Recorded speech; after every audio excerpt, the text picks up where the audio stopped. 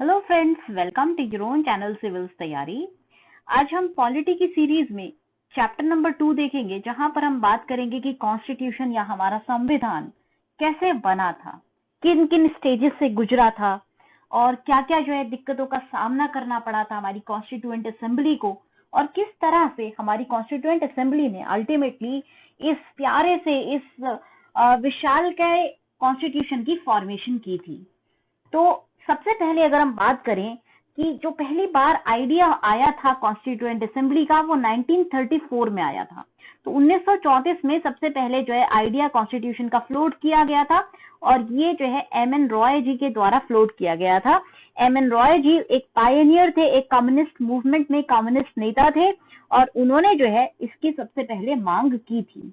1934 से आगे बढ़े तो 1935 अगले साल इंडियन नेशनल कांग्रेस या हमारी जो कांग्रेस पार्टी है, उसने पहली बार ऑफिशियली डिमांड किया। तो अनऑफिशियली जो पहली बार आइडिया फ्लोट हुआ है 1934 में हुआ है। उसके बाद 1935 में ऑफिशियली कॉन्स्टिट्यूएंट असेंबली की डिमांड की गई इंडियन नेशनल कांग्रेस के द्वारा, और कहा गया कि हमें एक अपनी स्वतंत्र जो है कॉन्स्टिट्यूएंट असेंबली चाहिए, जिससे कि हम इंडिया का कॉन्स्टिट्यूशन फ्रेम कर सकें।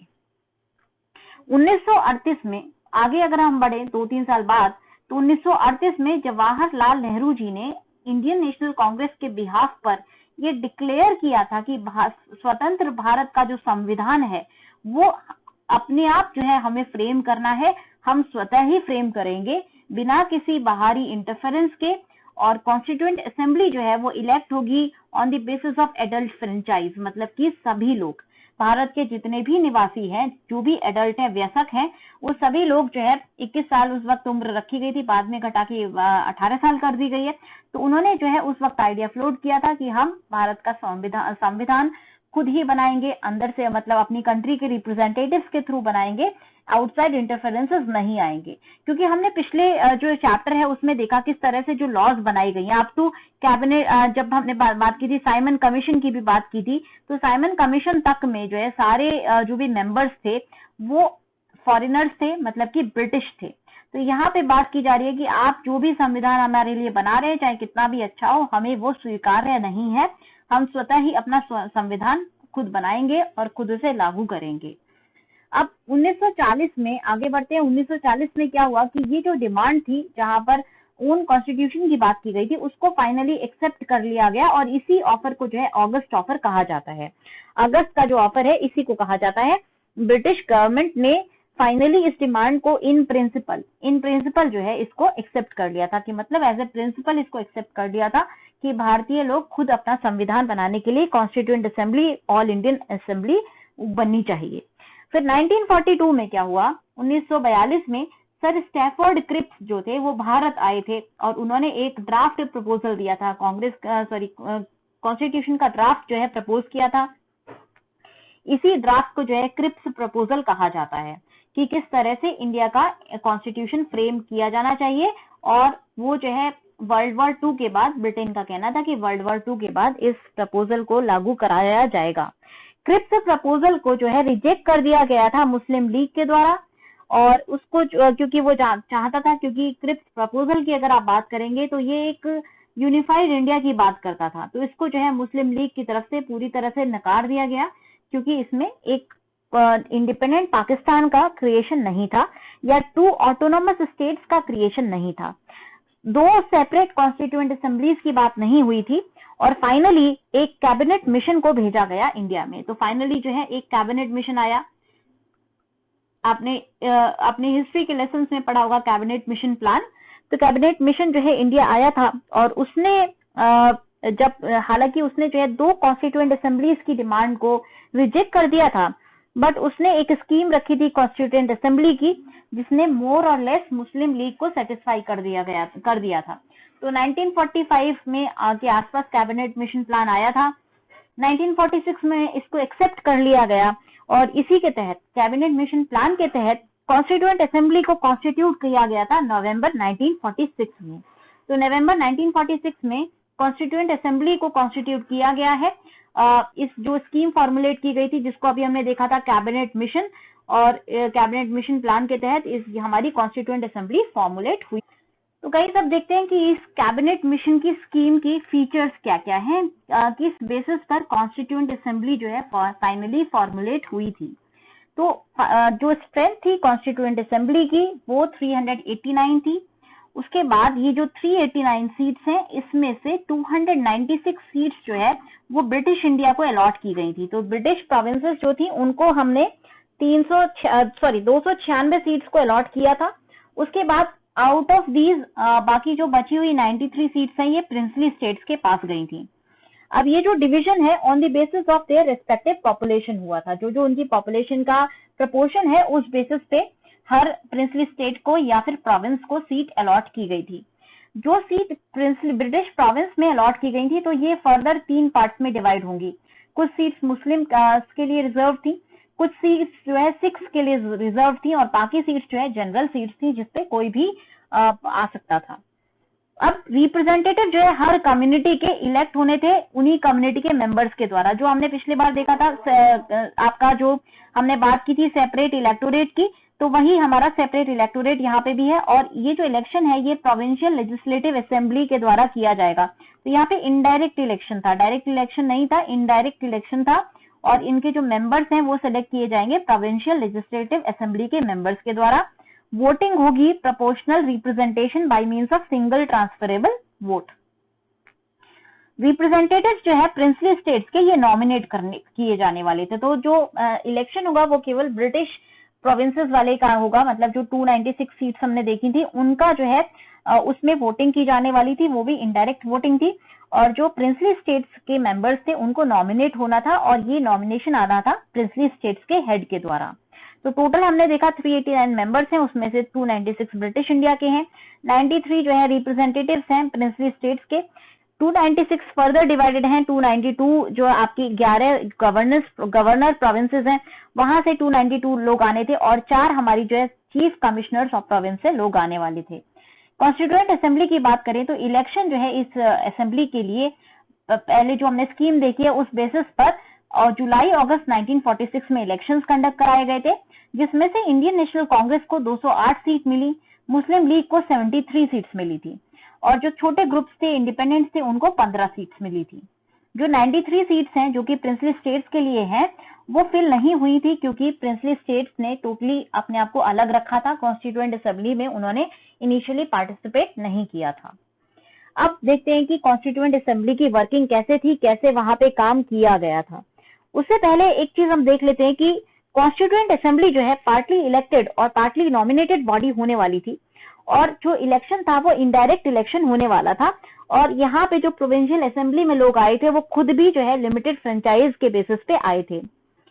तो ये सारी चीजें हम देख चुके हैं, ठीक है। इसके अलावा कॉन्स्टिट्यूएंट असेंबली में जो डायरेक्टली यहाँ पे डायरेक्टली इलेक्शन नहीं हुए थे, डायरेक्ट इलेक्शंस नहीं हुए थे, बट रिप्रेजेंटेटिव सभी सेक्शन से थे।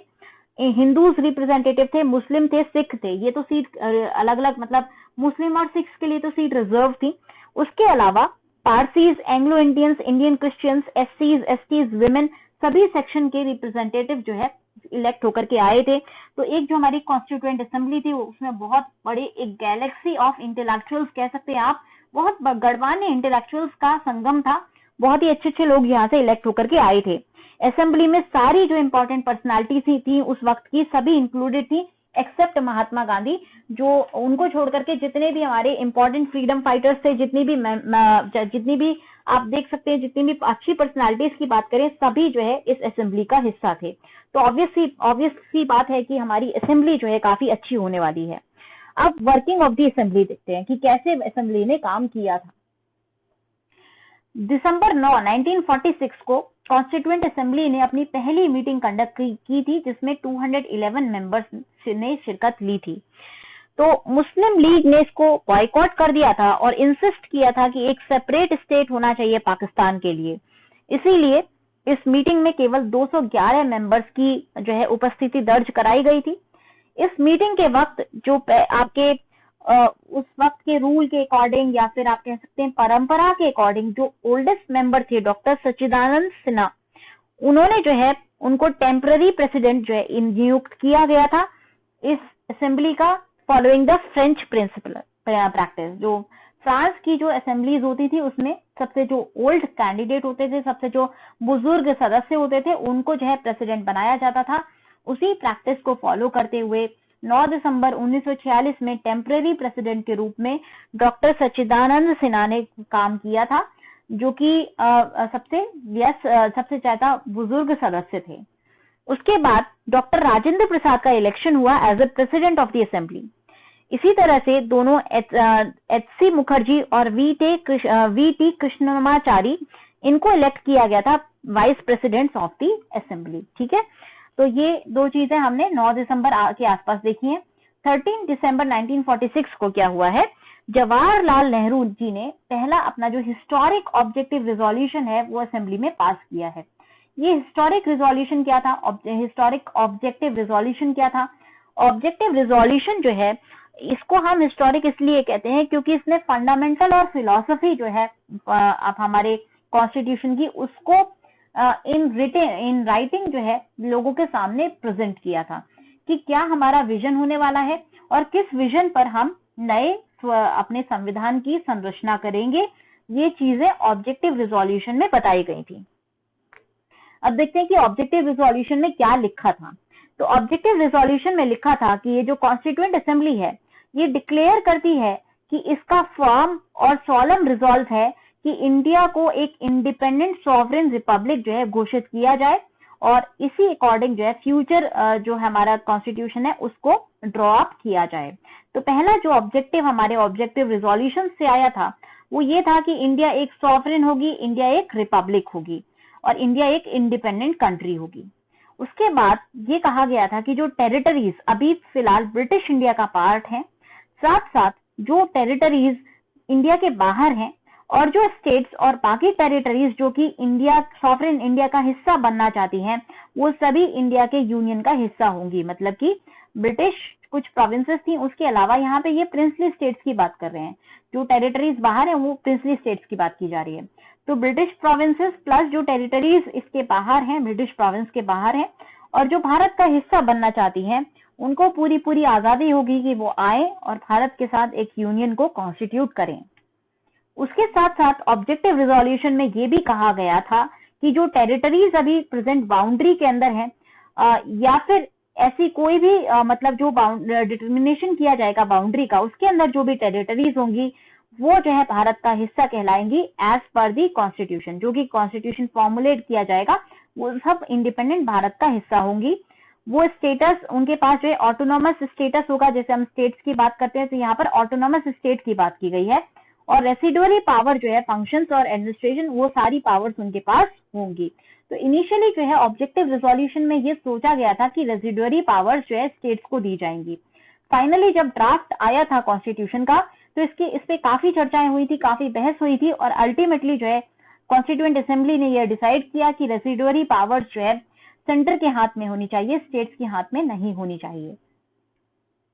फिर साथ साथ ये भी कहा गया था कि जो पावर्स और अथॉरिटी है सॉवरेन इंडिपेंडेंट इंडिया की और उसके कॉन्स्टिट्यूएंट पार्ट्स की, मतलब कि जो स्टेट्स हैं उनकी, और ऑर्गन ऑफ गवर्नमेंट की, जो भी गवर्नमेंट की बॉडीज है, मतलब एग्जीक्यूटिव की बात हो रही है यहाँ पे, लेजिस्लेटिव की बात हो रही है, और साथ साथ जुडिशरी की बात हो रही है, साथ साथ जितनी भी हमारी गवर्नमेंटल बॉडीज हैं, इन सब की पावर का डेरिवेशन कहाँ से है? From the people. इसीलिए आपने प्रियम्बल में पढ़ते हैं वी द पीपल, मतलब सोर्स ऑफ अथॉरिटी है पीपल, लोग जो है सोर्स ऑफ अथॉरिटी हैं। जो भी पावर है सॉवरेन इंडिपेंडेंट इंडिया की, जो भी पावर है स्टेट्स की, जो भी पावर है गवर्नमेंट के ऑर्गन्स की, वो सारी पावर लोगों से डिराइव की गई है।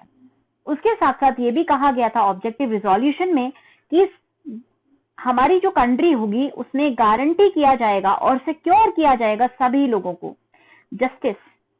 ठीक है, उनको जस्टिस मिलेगा। जस्टिस सोशल होगा, इकोनॉमिक होगा, पॉलिटिकल होगा।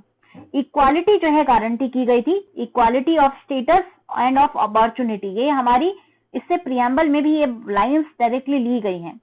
देन इक्वालिटी बिफोर लॉ, साथ साथ फ्रीडम होगा of thought, expression, belief, faith, worship, vocation, association, action. फिर लॉ के लिए हमें जो है फ्रीडम होगा, पब्लिक और मोरालिटी की जो है ये लिमिटेशंस होंगी। मतलब हमारा जो फ्रीडम है ये अनलिमिटेड नहीं होगा, यहाँ पे लिमिटेशंस आएगी law and public morality and decency, जो कि हम अपने आज भी अपने कॉन्स्टिट्यूशन में पढ़ते हैं। हमारे जो फंडामेंटल राइट्स है उसमें हमने देखा है subject to morality and decency, इस तरह की जो चीजें हैं वो चीज बहुत पहले ऑब्जेक्टिव रिजोल्यूशन में ही चॉक आउट कर ली गई थी कि लोगों को कुछ जो है फंडामेंटल फ्रीडम्स होंगे, लोगों को जस्टिस ग्रांट किया जाएगा, लोगों के पास इक्वालिटी होगी, स्टेटस की, अपॉर्चुनिटी की, इक्वालिटी बिफोर लॉ होगी, फ्रीडम होगा thought expression, belief, faith, worship का, वोकेशन का, एसोसिएशन का। बट ये जो फ्रीडम है ये अनलिमिटेड नहीं होगा, इसको लिमिट किया जाएगा according to the law of land and इसको लिमिट किया जाएगा पब्लिक इंटरेस्ट में और मोरालिटी में। साथ साथ ये भी कहा गया था कि एडिक्वेट सेफगार्ड्स दिए जाएंगे, मतलब कि कुछ एनेबलिंग प्रोविजंस दिए जाएंगे माइनॉरिटीज के लिए, बैकवर्ड और ट्राइबल एरियाज के लिए, डिप्रेस्ड और बैकवर्ड क्लासेस के लिए। तो ये जो वल्नरेबल सेक्शन है, जो सेक्शन ऑफ सोसाइटी को हैंड होल्डिंग चाहिए, इक्विटेबल जो है ग्रोथ चाहिए, इक्विटी की यहाँ पे बात की गई है। देखिए इक्वालिटी और इक्विटी में यही अंतर होता है।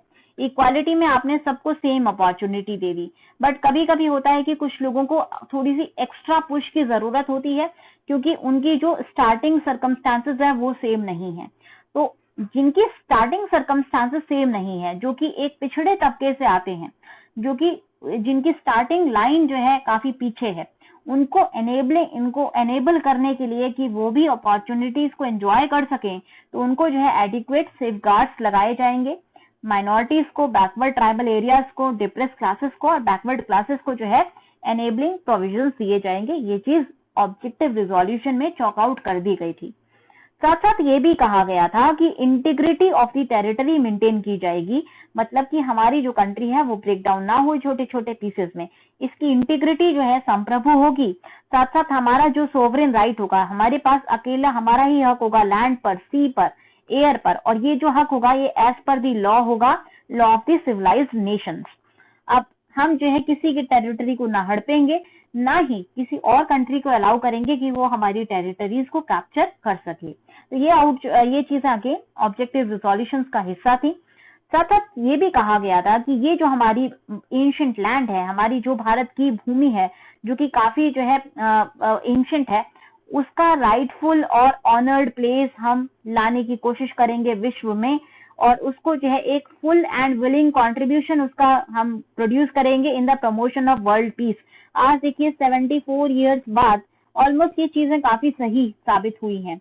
हमने अपनी एक राइटफुल और ऑनर्ड प्लेस वर्ल्ड में काफी हद तक अचीव की है, हालांकि अभी बहुत we have miles to go, but again अगर हम 1947 से कंपेयर करें तो हमने एज एन इंडियन हम लोगों ने जो है ऑब्जेक्टिव रिजोल्यूशंस की मर्यादा को रखा है, कॉन्स्टिट्यूशन की मर्यादा को रखा है और अपनी भूमि को अपने कॉन्ट्रीब्यूशंस के थ्रू आगे से आगे बढ़ाने की कोशिश की है।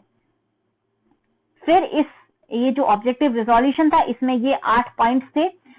ये ऑब्जेक्टिव रिजोल्यूशन यूनानिमसली अडॉप्ट कर लिया गया था, मतलब कि सभी की सहमति से इसको अडॉप्ट किया गया था 22 जनवरी 1947 में। तो देखिए हमें आजादी अभी मिली नहीं है, उससे पहले ऑब्जेक्टिव रिजोल्यूशन को अडॉप्ट कर लिया गया है। अब चेंजेस जो है कुछ इंडिपेंडेंस एक्ट के द्वारा लाए गए थे।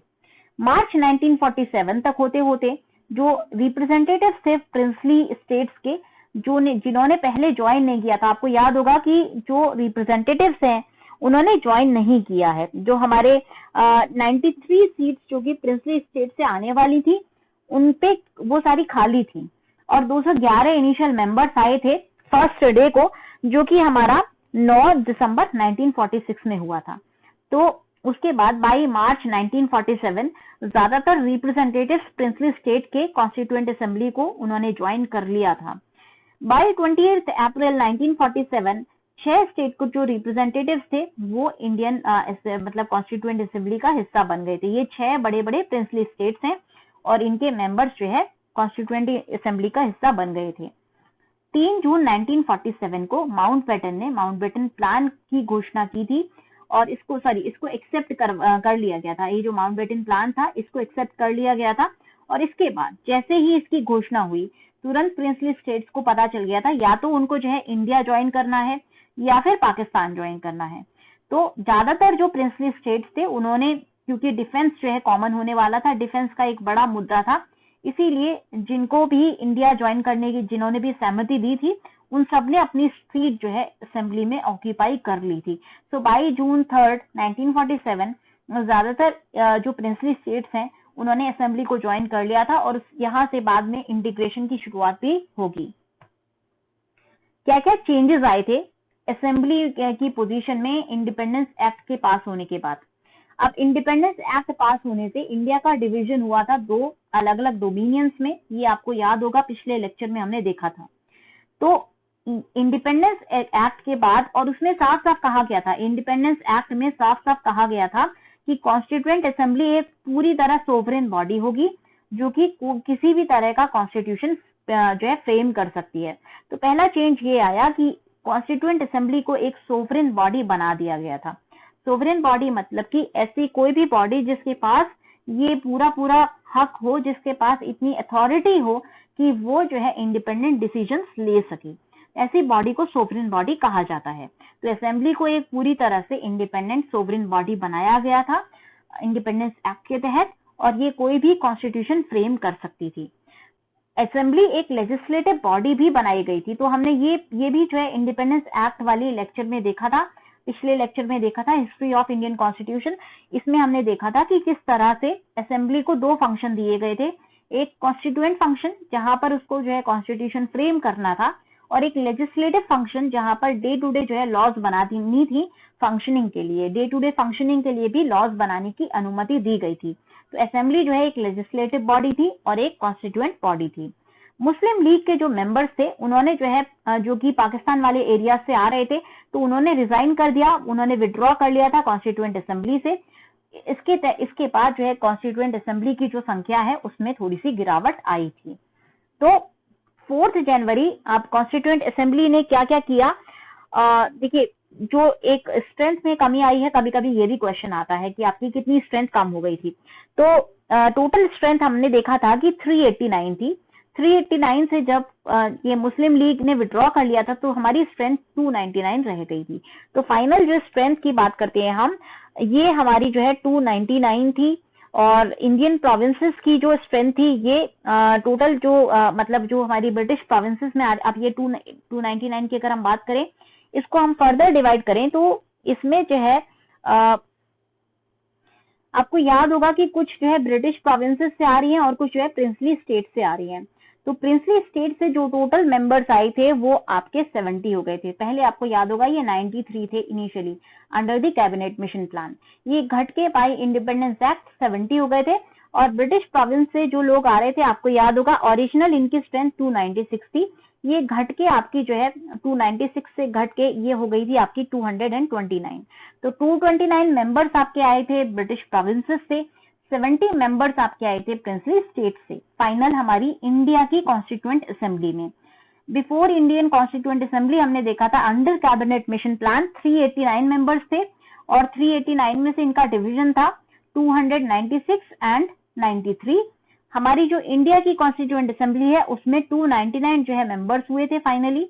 उसमें से ब्रिटिश प्रोविंस से 229 मेंबर्स आए थे और प्रिंसली स्टेट से 70 मेंबर्स आए थे। ठीक है, तो कभी कभी कुछ क्वेश्चंस में, क्योंकि अब देखिए कभी जो ज्यादातर सेक्शंस है उनमें से यूपीएससी क्वेश्चन पूछ चुकी है, तो ये कुछ पेरिफेरल एरियाज हैं जहां से आपसे फैक्चुअल क्वेश्चन कभी कभी पूछे जा सकते हैं, इसीलिए यहाँ पे आपके साथ फैक्ट भी मैं बताने की कोशिश कर रही हूँ। अब देखते हैं कि असेंबली ने क्या क्या फंक्शन परफॉर्म किए थे other than legislative function and constituent function. तो हमने लेजिस्लेटिव फंक्शन हमने देखा कि उसको लॉ बनाने की अनुमति थी, उसके साथ साथ हमने ये भी देखा कि असेंबली को जो है कॉन्स्टिट्यूशन फ्रेम करना था। दो मेजर फंक्शन तो हमने देख ही लिए, लेजिस्लेटिव फंक्शन, और उसके साथ साथ मैंने आपको दूसरा बताया कि कॉन्स्टिट्यूएंट फंक्शन था असेंबली का।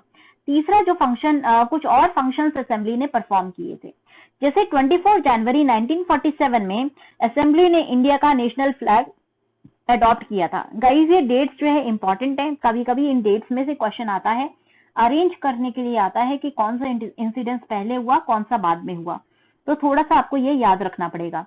24 जनवरी डेट्स हैं, इसमें देखिए 24 जनवरी की डेट्स जो है 3 जगह कॉमन है। 24 जनवरी 1947 में सबसे पहला जो हमने किया वो हमने नेशनल फ्लैग को अडॉप्ट किया है। मई 1949 में हमने इंडिया की मेंबरशिप को रेटिफाई किया कॉमनवेल्थ में। उसके बाद 24 जनवरी 1940 में हमने दो और चीजें की है, एक तो नेशनल सॉन्ग और नेशनल एंथम को जो है अडॉप्ट किया है, साथ साथ डॉक्टर राजेंद्र प्रसाद को पहला प्रेसिडेंट ऑफ इंडिया जो है इलेक्ट किया है। तो टोटल असेंबली ने और कुछ फंक्शंस को परफॉर्म किया। सबसे पहला फंक्शन जो उन्होंने परफॉर्म किया वो था कि adoption of India's national flag, जो कि 24 जनवरी 1947 में किया गया था। उसके बाद एक और जो फंक्शन असेंबली ने परफॉर्म किया था वो था इंडिया की मेंबरशिप रेटिफाई की थी कॉमनवेल्थ में, जो कि मई 1949 में की गई थी। उसके साथ साथ इंडिया का नेशनल सॉन्ग और इंडिया का जो नेशनल एंथम है उसको अडॉप्ट किया था ऑन 24 जनवरी 1940, और इसी दिन उन्होंने जो है 1950, I am really sorry about the date, it is 24 January 1950। और उसके साथ साथ इंडिया के फर्स्ट प्रेसिडेंट का भी चुनाव किया था ऑन 24 जनवरी 1950। कुछ और फैक्ट्स हम देखते हैं कॉन्स्टिट्यूएंट असेंबली के बारे में। टोटल जो कॉन्स्टिट्यूएंट असेंबली के सेशंस थे वो 11 थे। तो टोटल हमारे जो है 11 सेशन थे, ओवर 2 ईयर से स्प्रेड थे। 1946 से लेकर के अगर आप देखेंगे तो यहाँ पे हमने पहली मीटिंग देख ही ली थी कि वो 9 दिसंबर 1946 में हुई थी। 2 साल 11 महीने और 18 दिन जो है असेंबली की मीटिंग्स चली थी, और टोटल 11 सेशंस में कॉन्स्टिट्यूशन को फ्रेम किया गया है। हमारा जो कॉन्स्टिट्यूशन मेकर्स हैं उन्होंने, आपको यकीन नहीं होगा, 60 जो कंट्रीज हैं उनके कॉन्स्टिट्यूशन को स्टडी किया, और ड्राफ्ट जो कॉन्स्टिट्यूशन था उसको 114 दिन इसके ऊपर डेलिब्रेशन चला था। ड्राफ्ट कॉन्स्टिट्यूशन बनने के बाद 114 दिन भयंकर बहस हुई थी। उसके बाद जो है कॉन्स्टिट्यूएंट असेंबली ने कॉन्स्टिट्यूशन के ऊपर मोहर लगाई थी। टोटल एक्सपेंडिचर जो हमारा कॉन्स्टिट्यूशन बनाने पर आया था वो 64 लाख का आया था। 64 लाख जो है उस वक्त के टाइम 1947, 48, 49 में 64 लाख रुपए खर्च हुए थे कॉन्स्टिट्यूशन को बनाने में। 24 जनवरी 1950 को कॉन्स्टिट्यूएंट असेंबली ने अपना फाइनल सेशन किया। इसीलिए आपने देखा कि 3 चीजें जो है इन्होंने फाइनल सेशन में की थी, क्योंकि अब इंडिया एक गणराज्य बनने वाला था। तो इंडिया के पास एक नेशनल एंथम होना चाहिए, नेशनल सॉन्ग होना चाहिए, और एक प्रेसिडेंट की मुख्य भूमिका होनी थी। तो इसीलिए प्रेसिडेंट का भी चुनाव कॉन्स्टिट्यूएंट असेंबली ने अपने फाइनल सेशन में किया था। तो 24 जनवरी 1950 कॉन्स्टिट्यूएंट असेंबली का फाइनल सेशन था। बट इसने ये खत्म नहीं हुआ था। ऐसा नहीं है कि फाइनल सेशन होने के बाद इसको डिसॉल्व कर दिया गया हो। देखिए अभी जो है नई लोकसभा आई नहीं है, उसका चुनाव नहीं हुआ है, चुनाव होने हैं। 26 जनवरी 1950 को हम गणतंत्र बने हैं, उसके बाद कॉन्स्टिट्यूशन लागू हुआ। उसके बाद कॉन्स्टिट्यूशन के अकॉर्डिंग जो है इलेक्शंस होंगे, और इलेक्शन के बाद जो है फर्स्ट हमारी जो है पार्लियामेंट में एमपी चुन के आएंगे। तो तब तक किसी को जो है डेली लेजिस्लेटिव काम करने होंगे, तो वो लेजिस्लेटिव काम भी इस कॉन्स्टिट्यूएंट असेंबली ने ही किए थे।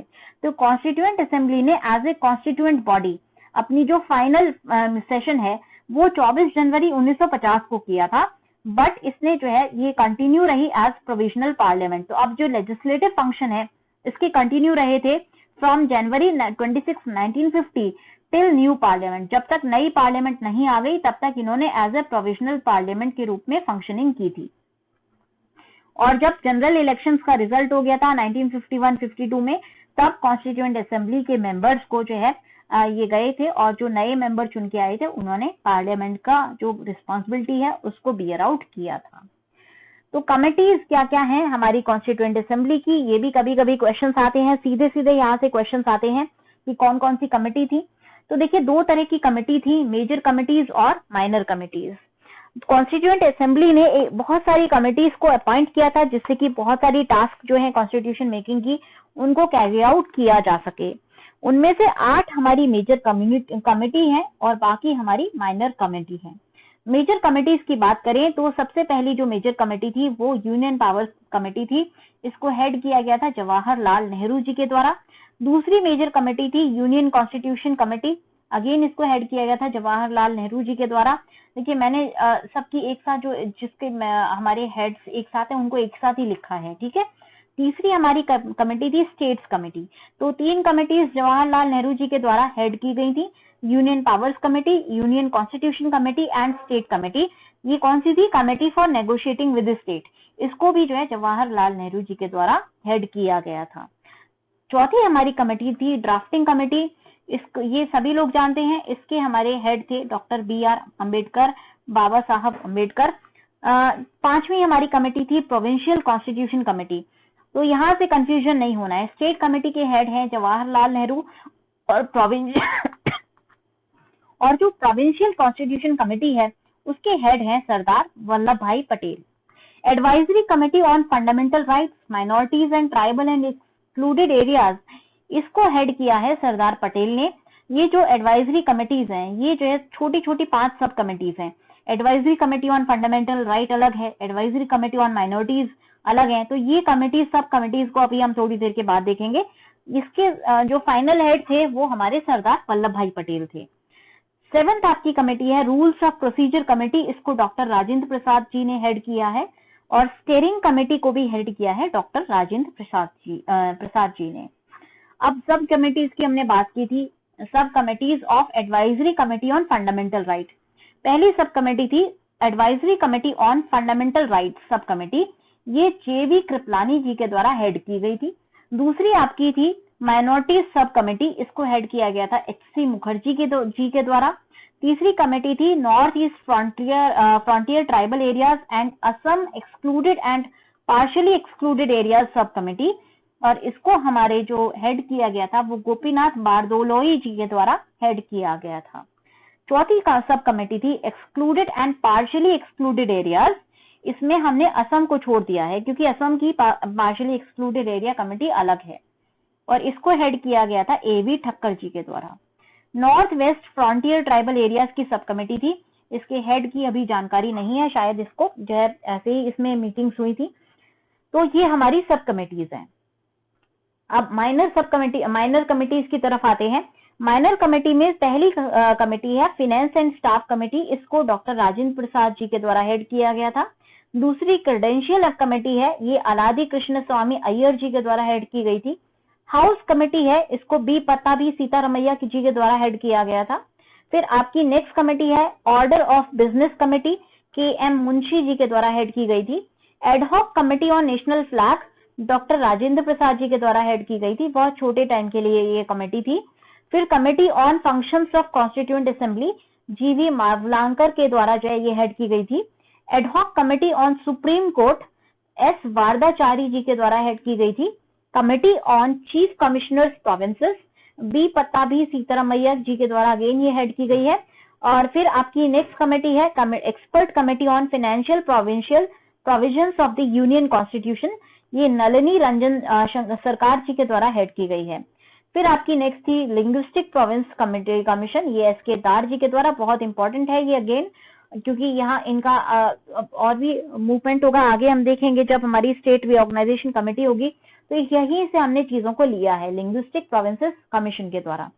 नेक्स्ट हमारी है special committee to examine the draft constitution. तो स्पेशल कमेटी जो कि ड्राफ्ट कॉन्स्टिट्यूशन को एग्जामिन करेगी, वो जवाहरलाल नेहरू जी के अंडर में इसको कॉन्स्टिट्यूट किया गया था। प्रेस के लिए जो कमेटी थी उसको उषा नाथ सेन जी के द्वारा देखा गया था।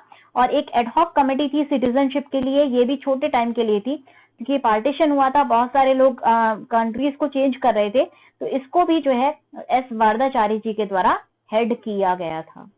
अब ड्राफ्टिंग कमेटी की बात करते हैं। ड्राफ्टिंग कमेटी काफी इंपॉर्टेंट कमेटी है और इसको जो है सेटअप किया था 29 अगस्त 1947 में। इसमें टोटल 7 मेंबर्स थे।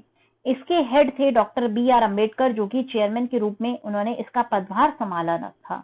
बाकी मेंबर्स थे एन गोपाल स्वामी अयंगर, अलादी कृष्ण स्वामी अय्यर, सैयद मोहम्मद सादुल्ला, एन माधव राव, इन्होंने बी.एल. मित्तर जी को रिप्लेस किया था। और फिर आपके के.एम. मुंशी जी जो है इसके मेंबर थे, और टी.टी. कृष्णमाचारी जी भी इसके मेंबर थे, जिन्होंने डी.पी. खेतान जी को रिप्लेस किया था, जिनकी मृत्यु हो गई थी 1948 में।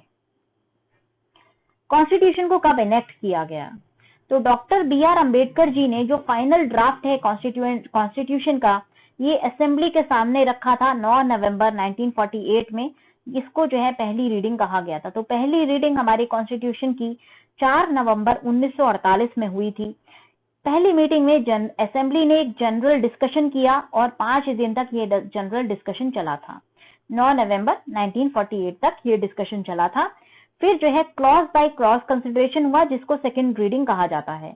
ये 15 नवंबर से शुरू हुआ था और अंत इसकी जो है ये 17 अक्टूबर 1949 में इसको एंड किया गया। तो आप देख सकते हैं ऑलमोस्ट 11 महीने तक ये जो है सेकेंड रीडिंग चली थी, जिसमें एक एक क्लॉज को कंसिडर किया गया था। इस स्टेज में 7,653 अमेंडमेंट्स को प्रपोज किया गया था और 2,476 जो है अमेंडमेंट्स डिस्कस हुए थे असेंबली में।